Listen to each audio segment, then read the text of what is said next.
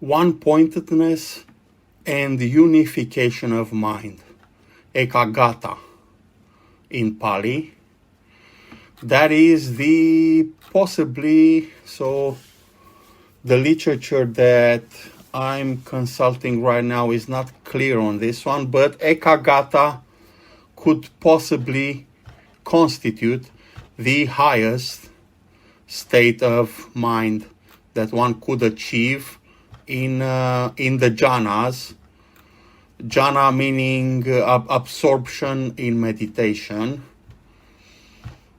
So in the jhanas, Ekaggatā could constitute the highest state of consciousness. And I'm going to give you a recipe for Ekaggatā. So, first of all, an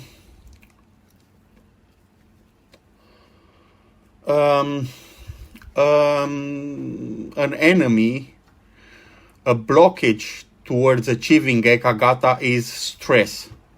So stress in your daily lives, stress regarding your activities, stress regarding your jobs, well, that could be a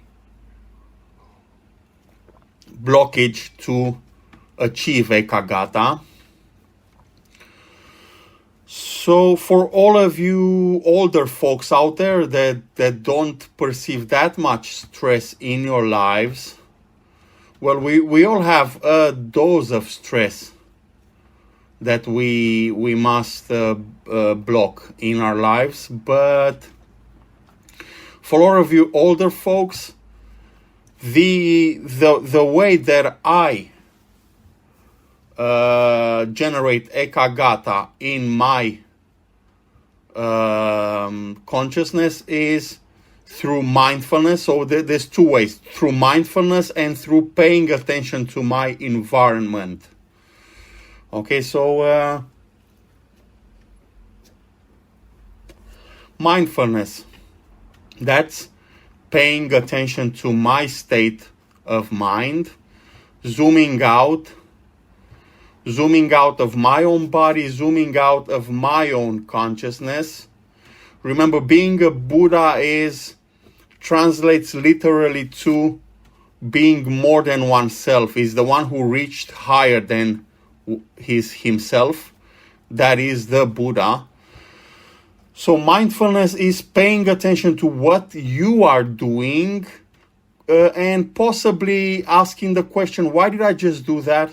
Perhaps you're walking into a petrol station, you're buying your cigarettes, and you take the receipt, and on your way out, you squash the receipt and chuck it nervously in the closest rubbish bin. Well, was that fact, the fact that you chucked the receipt in the rubbish bin, was that an action directed towards, or an action directed against the person that sold you the cigarettes? Okay, so you can ask yourself that type of question: why did I just do that?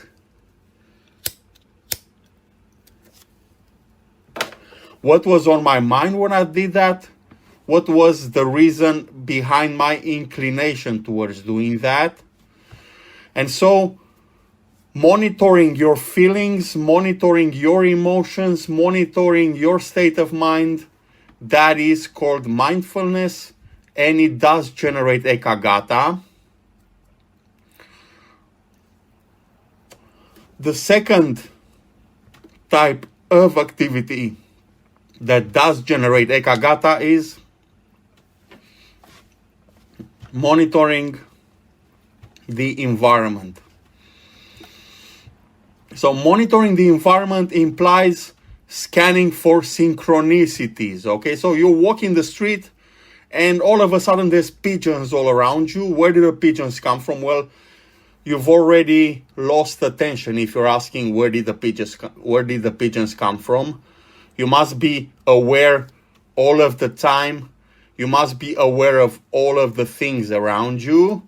So you're scanning for synchronicities. Perhaps you're thinking of a person and that person instantly gives you a call, or you're tempted to give that person a call, or a person that you are thinking of just bumps into you, that sort of stuff, well, that is a synchronicity. Okay, so birds, pigeons, seagulls, that sort of thing, that is a synchronicity. So that is scanning the environment for synchronicities. That is the second way of generating Ekaggatā in your consciousness. So there's two ways. There's two ways that I personally use for generating Ekaggatā. That is mindfulness, perfect mindfulness. So you can use, you monitor your reactions, your emotions, your thoughts. You can do body scans. You can monitor your breath. And second of all, you monitor the environment for synchronicities. And that generates Ekaggatā, which is one-pointedness. So you point only at one phenomenon in your consciousness. That is why it is called one-pointedness. And that is basically what you should do to generate it. And it is a wholesome mental state, and it generates maximum of jhana. It generates a maximum of absorption in meditation.